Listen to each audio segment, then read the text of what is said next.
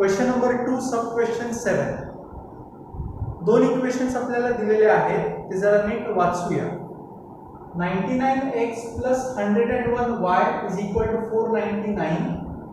101x plus 99y is equal to 501. हे दोन equations आपल्याला दिलेले आहेत. हा प्रॉब्लेम वेगळ्या पद्धतीने सॉल्व्ह करायचा असतो. मध्ये ओळखणार कसं हा कुठच्या टाईपचा प्रॉब्लेम आहे तर आपण ऑब्झर्व केलं तर पहिल्या इक्वेशन मध्ये x चा जो कोएफिशियंट आहे तो दुसऱ्या इक्वेशन मध्ये y चा कोएफिशियंट आहे आणि पहिल्या इक्वेशन मध्ये जो y चा कोएफिशियंट आहे तो दुसऱ्या इक्वेशन मध्ये x चा कोएफिशियंट आहे. म्हणजे ते कोएफिशियंट जे आहे ते इंटरचेंज होत आहे. अशा पद्धतीने आपण जी मगाशी नॉर्मल मेथड बघितलेली होती त्या पद्धतीने सोडवायचं नाही. मग काय करणार आपण तर एका वेगळ्या पद्धतीने सॉल्व्ह करायचं.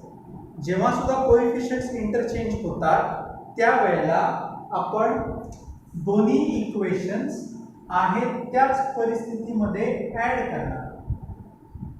ऍडिंग इक्वेशन 1 and 2 आहे त्या स्थितीमध्येच ऍड करायचं. कोएफिशियंट सेम करायचे नाही.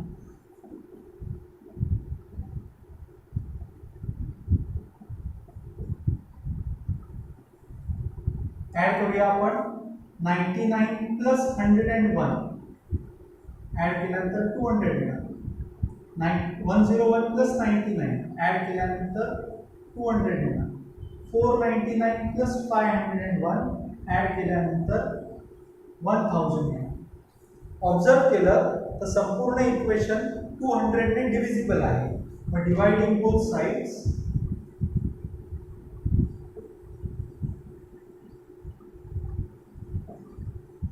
Bye 200.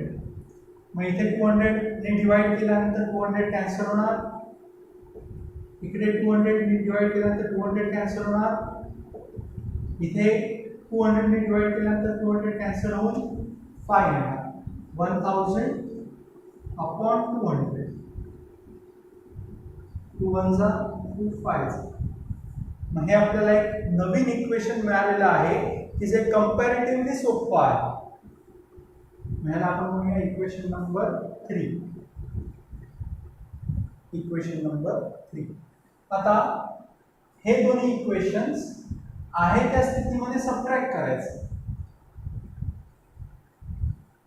Subtracting equation 1 from equation 2. 101 x plus 99y is equal to 501. 99x plus 101y is equal to 499. जेव्हा आपण सबट्रॅक्ट करणार तेव्हा साइन चेंज करणार. पॉझिटिव्हचं नेगेटिव्ह, पॉझिटिव्हचं नेगेटिव्ह, पॉझिटिव्हचं negative. 101 minus 99 2x plus 99 minus 101. Signs वेगवेगळे आहे. सबट्रॅक्ट होणार. Sign of the bigger number minus 2y is equal to 501 minus 499. Answer येणार 2. ऑब्झर्व केलं तर संपूर्ण इक्वेशन कशाने डिव्हिजिबल आहे 2 ने डिव्हिजिबल आहे. मग डिवाइडिंग बोथ साइड्स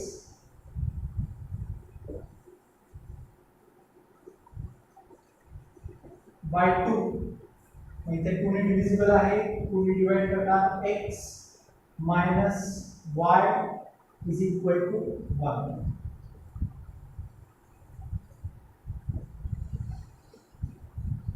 त्याला आपण म्हणणार इक्वेशन नंबर 4. आता 3 आणि 4 बघितलं तर हे खूप सिंपल इक्वेशन्स आहेत. कोएफिशियंट सेम आहे, साइन्स वेगवेगळ्या आहेत y च्या. मग आपण ऍड करूया. Adding equation 3 and 4.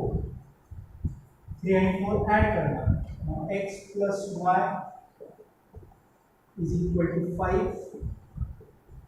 x minus y is equal to 1. Add करूया. x plus x 2x plus y minus y 0 होणार. 1 plus 5 plus 1 6. x is equal to x is equal to, मग ही x ची value आहे त्या कुठच्याही equation मध्ये आपण सबस्टिट्यूट करू शकतो. मी 3 मध्ये सबस्टिट्यूट करतोय.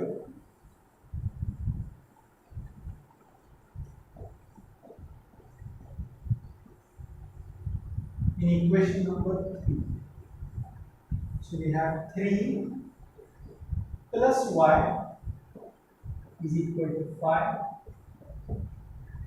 5 minus 3, y is equal to, final answer that's it, x comma y is equal to bracket मध्ये 3 comma 2 is the solution.